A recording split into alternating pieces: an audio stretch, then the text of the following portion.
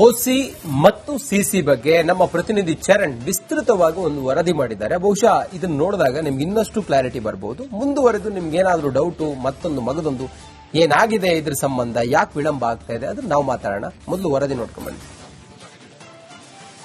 ಓಸಿ ಮತ್ತು ಸಿಸಿಗೆ ವಿನಾಯಿತಿಯನ್ನ ನೀಡಿದ್ರೂ ಕೂಡ ಜನರಲ್ಲಿರುವಂತಹ ಗೊಂದಲಗಳು ನಿವಾರಣೆ ಆಗ್ತಾ ಇಲ್ಲ. ವಿಳಂಬ ನೀತಿಯಿಂದಾಗಿ ಜನರಿಗೆ ವಿದ್ಯುತ್ ಸಂಪರ್ಕ ಮತ್ತೆ ನೀರಿನ ಸಂಪರ್ಕವನ್ನ ಪಡೆಯೋದಕ್ಕೆ ಕಷ್ಟ ಆಗ್ತದೆ. ಪ್ರಮುಖವಾಗಿ ಓಸಿ ಮತ್ತೆ ಸಿಸಿ ಇಲ್ಲದೆ ಹೋದಲ್ಲಿ ವಿದ್ಯುತ್ ಸಂಪರ್ಕ ಅದರ ಜೊತೆಗೆ ನೀರಿನ ಸಂಪರ್ಕವನ್ನ ಕೊಡೋದಕ್ಕೆ ಬೆಸ್ಕಾಂ ಮತ್ತೆ ಬಿಡಬ್ಲ್ಯೂಎಸ್ಎಸ್ಬಿ ವಿಳಂಬವನ್ನ ಮಾಡುತ್ತೆ ಮತ್ತೆ ನಿರಾಕರಣೆಯನ್ನ ಕೂಡ ಮಾಡುತ್ತೆ. ಪ್ರಮುಖವಾಗಿ ಓಸಿ ಮತ್ತೆ ಸಿಸಿ ಅಂತ ಹೇಳಿದ್ರೆ ಸ್ಥಳೀಯ ಪ್ರಾಧಿಕಾರಗಳು, ಉದಾಹರಣೆಗೆ ಬಿಡಿ ಆಗಿರ್ಬೋದು ಅಥವಾ ಜಿಬಿಎ ಆಗಿರ್ಬೋದು, ಬೆಂಗಳೂರು ವ್ಯಾಪ್ತಿಯಲ್ಲಿ ಮನೆಯನ್ನ ಕಟ್ಟಿದ ಬಳಿಕ ಮತ್ತೆ ಕಟ್ಟುವ ಮೊದಲಾಗಿ ಈ ಕೊಡುವಂತಹ ಪ್ರಮಾಣ ಪತ್ರ ಇದೆ. ಇದನ್ನ ಓಸಿ ಮತ್ತೆ ಸಿಸಿ ಅಂತ ಹೇಳಲಾಗುತ್ತೆ. ಕಟ್ಟಡವನ್ನ ನಿರ್ಮಾಣ ಮಾಡಬೇಕು.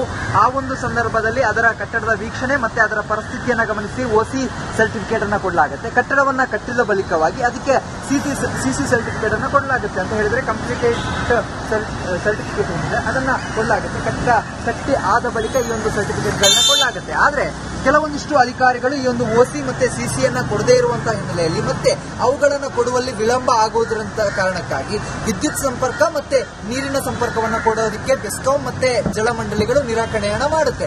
ಈ ನಿಟ್ಟಿನಲ್ಲಿ ಸುಮಾರು 50,000ಕ್ಕೂ ಹೆಚ್ಚು ನಿವಾಸಗಳು ಇದೀಗ ಶಾಶ್ವತ ವಿದ್ಯುತ್ ಅನ್ನ ಪಡೆದುಕೊಳ್ಳಲಿಕ್ಕೆ ಪರದಾಡುವಂತಹ ಪರಿಸ್ಥಿತಿ ನಿರ್ಮಾಣ ಆಗ್ತಾ ಇದೆ. ನಕ್ಷೆಯ ಪ್ರಕಾರವಾಗಿ ಎಲ್ಲ ನಿಯಮಗಳ ಪ್ರಕಾರವಾಗಿ ನಿವಾಸಗಳನ್ನ ಕಟ್ಟಿದ್ರು ಕೂಡ ಒಂದಿಷ್ಟು ಮನೆಗಳಿಗೆ ಸಿಸಿ ಮತ್ತೆ ಓಸಿಗಳು ಸಿಕ್ಕಿಲ್ಲ. ಅಧಿಕಾರಿಗಳು ಅವುಗಳನ್ನು ನೀಡೋದ್ರಲ್ಲಿ ವಿಳಂಬ ಮಾಡ್ತಾ ಇದ್ದಾರೆ. ಒಂದಿಷ್ಟು ಅಡಚಣೆಗಳು ಉಂಟಾಗ್ತಾ ಇದೆ. ಇದರಿಂದಾಗಿ ಮೂಲಭೂತ ಸೌಕರ್ಯ ಆಗಿರುವಂತಹ ವಿದ್ಯುತ್ ಮತ್ತೆ ನೀರು ಪಡೆಯುವಲ್ಲಿ ಇದೀಗ ಜನ ಪರದಾಡುವಂತಹ ಪರಿಸ್ಥಿತಿ ನಿರ್ಮಾಣ ಆಗ್ತಾ ಇರುವಂತದ್ದು. ಬೆಸ್ಕಾಂ ಅಧಿಕಾರಿಗಳು ಕೂಡ ವಿದ್ಯುತ್ ಸಂಪರ್ಕವನ್ನ ನೀಡೋದಕ್ಕೆ ಅವರಿಗೆ ವಿಳಂಬವನ್ನ ಮಾಡ್ತಾ ಇರುವಂತದ್ದು ಮತ್ತೆ ಒಂದಿಷ್ಟು ಅಡಚಣೆಗಳು ಕೂಡ ಎದುರಾಗ್ತಾ ಇರುವಂತದ್ದು. ಬರೀ ಮನೆಯ ಮಾಲೀಕರಿಗೆ ಅಷ್ಟೇ ಅಲ್ಲ, ಇದರಿಂದಾಗಿ ಗುತ್ತಿಗೆದಾರರು, ಕಾಂಟ್ರಾಕ್ಟರ್ ಅನ್ನು ವಹಿಸಿಕೊಂಡಿದ್ದಂಥವರು ಎಲ್ಲರಿಗೂ ಕೂಡ ಸಮಸ್ಯೆ ಎದುರಾಗ್ತಾ ಇದೆ. ಒಂದು ಹಂತವಾಗಿ ಸರ್ಕಾರ ಒಂದಿಷ್ಟು ಹಂತವಾಗಿ ವಿನಾಯಿತಿಯನ್ನ ಕೊಡು. ನೋಡಿ ರಂಜಿತ್, ಒಂದಷ್ಟು ನಿಯಮಗಳೆಲ್ಲವೂ ಕೂಡ ಇದೆ. ಈಗ ಸಿಸಿ ಅಂತಂದ್ರೇನು, ನಿಮ್ಗೆ ಓಸಿ ಅಂತಂದ್ರೇನು, ಇದಕ್ಕೆ ಸಂಬಂಧಪಟ್ಟಂತ ಒಂದಷ್ಟು ನಿಯಮಗಳಿದೆ. ನೀವ್ ಹೇಳ್ತಾ ಇದ್ರಿ ಓಸಿ ಅಂತಂದ್ರೆ ಕಟ್ಟಡ ಕೆಲಸ ಪೂರ್ತಿ ಮುಗಿದ ಮೇಲೆ. ನಾವು ಮೊದಲು ಸಿಸಿ ಬಗ್ಗೆ ಮಾತಾಡೋಣ. ಈ ಸಿಸಿ ನಿಮಗೆ ಈ ಕಟ್ಟಡವನ್ನ ನಿರ್ಮಾಣ ಮಾಡೋದಕ್ಕಿಂತ ಮುಂಚೆ ಕೊಡಲಾಗುವಂತ ಪತ್ರ.